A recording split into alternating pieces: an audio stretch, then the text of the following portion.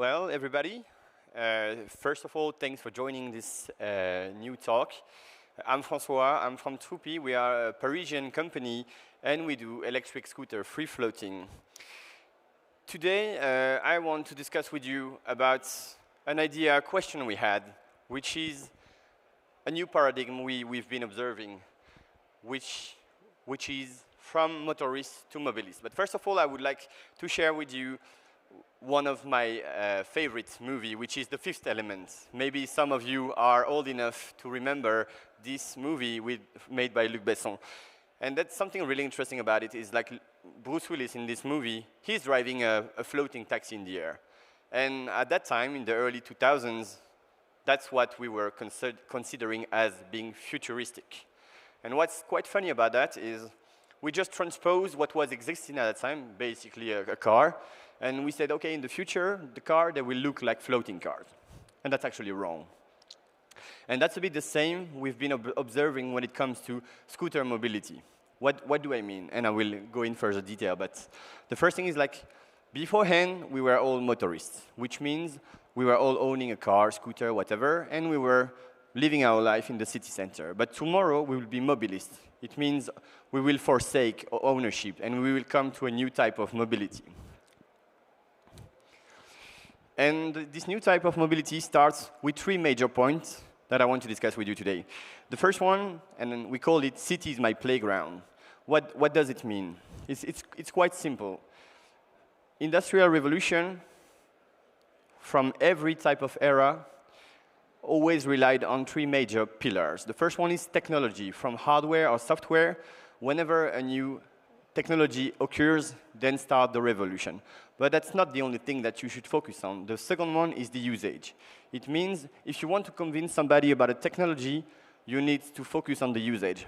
It means, quite simply, how can I transpose that technology for a day-to-day usage? And I just give you an example of Volocopter or Lilium.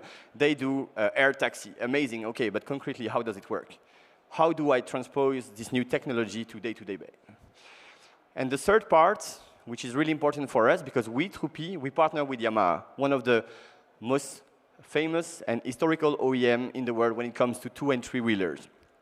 It means we have to integrate OEM in the whole value chain. It means we have to master the value chain, we have to master the technology, but we have to do it for the user. And so City is my playground is the first stop of our trip, because beforehand, as you might see on the red part, it's what was happening since the first beginning of the industrial era. I had a car, I had a house, that's what society asked me. And then started early on the new mobility, the new sharing part. And from the last 5 to 10 years, shared mobility was on the steeping curve of the early adopters. And 2022 marks the break between early adopters and mass consumption. It means the red part of sharing is some people were already understanding the point of sharing mobility.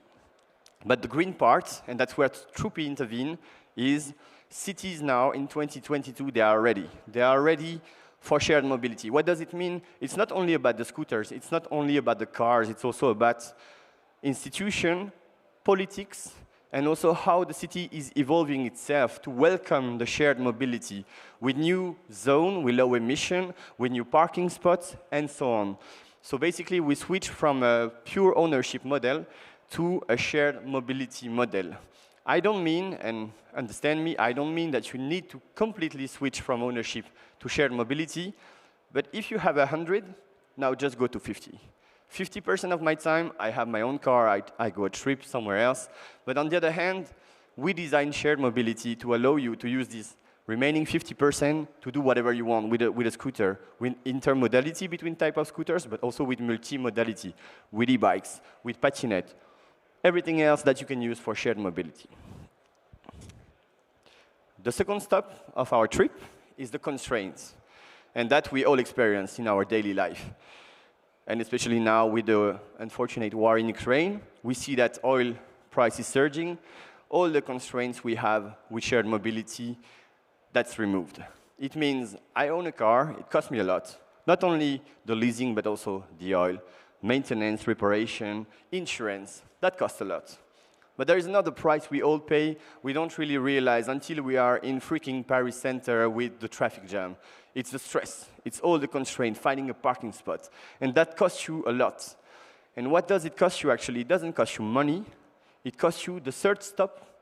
It costs you time. And shared mobility, remember, it buys you time.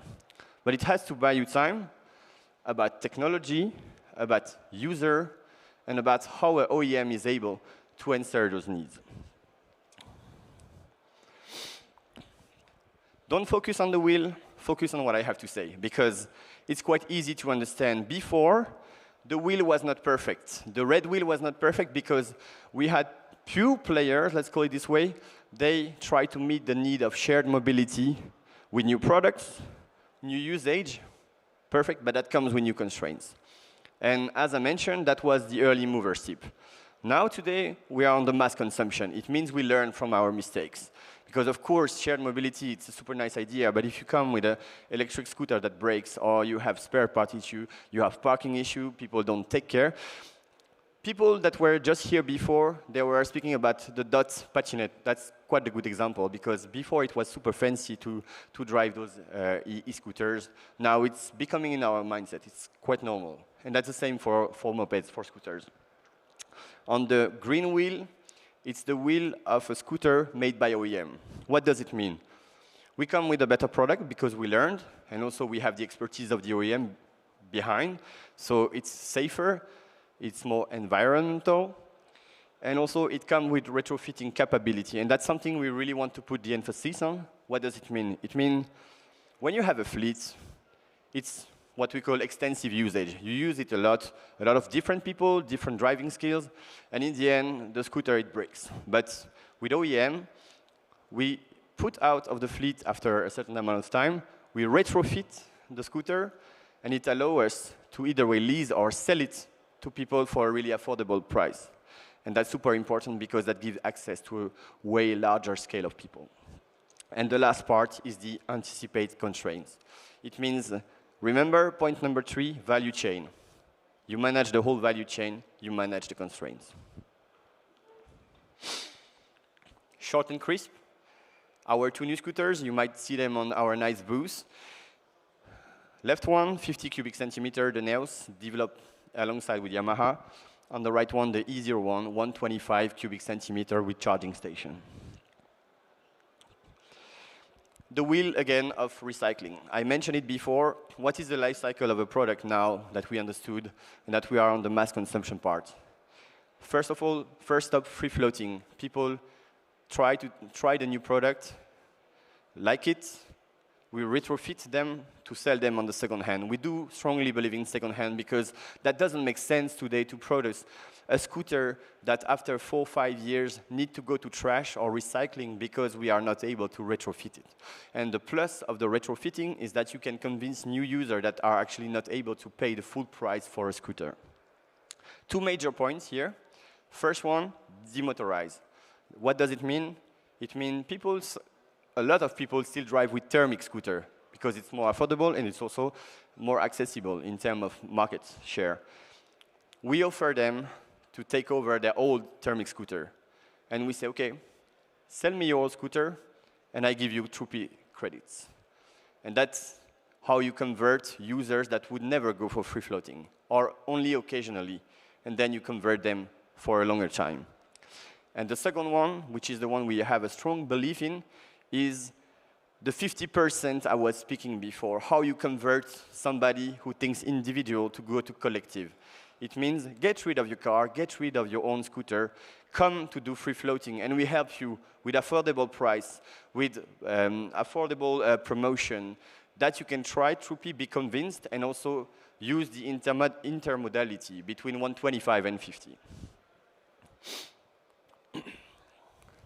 So obviously, I won't go through the whole spec sheets. I just wanted to show you everything that's written here is the capacity of an OEM to produce a higher standard product that we strongly believe in. Remember, security, environment, comfort. The 3 top values that we share with Yamaha. Last but not least, we spoke about industrial revolution.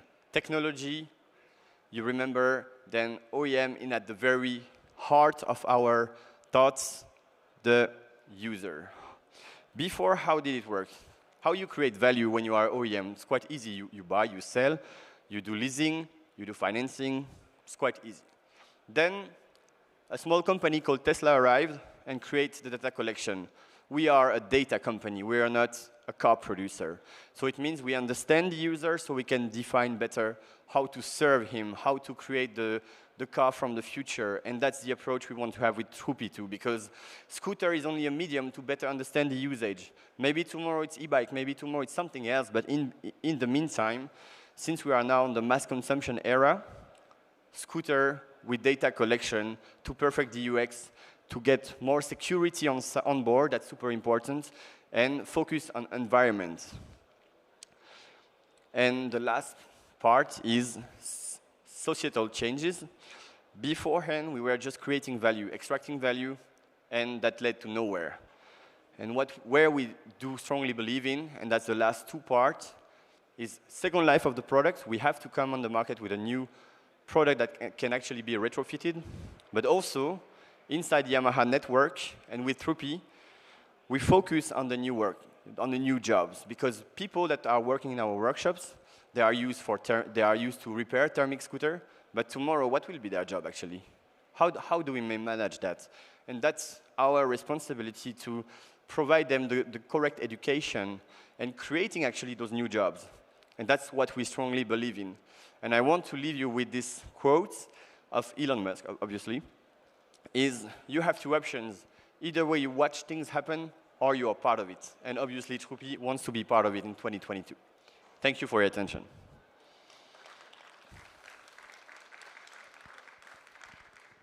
Any question by any chance? Then I wish you a nice day.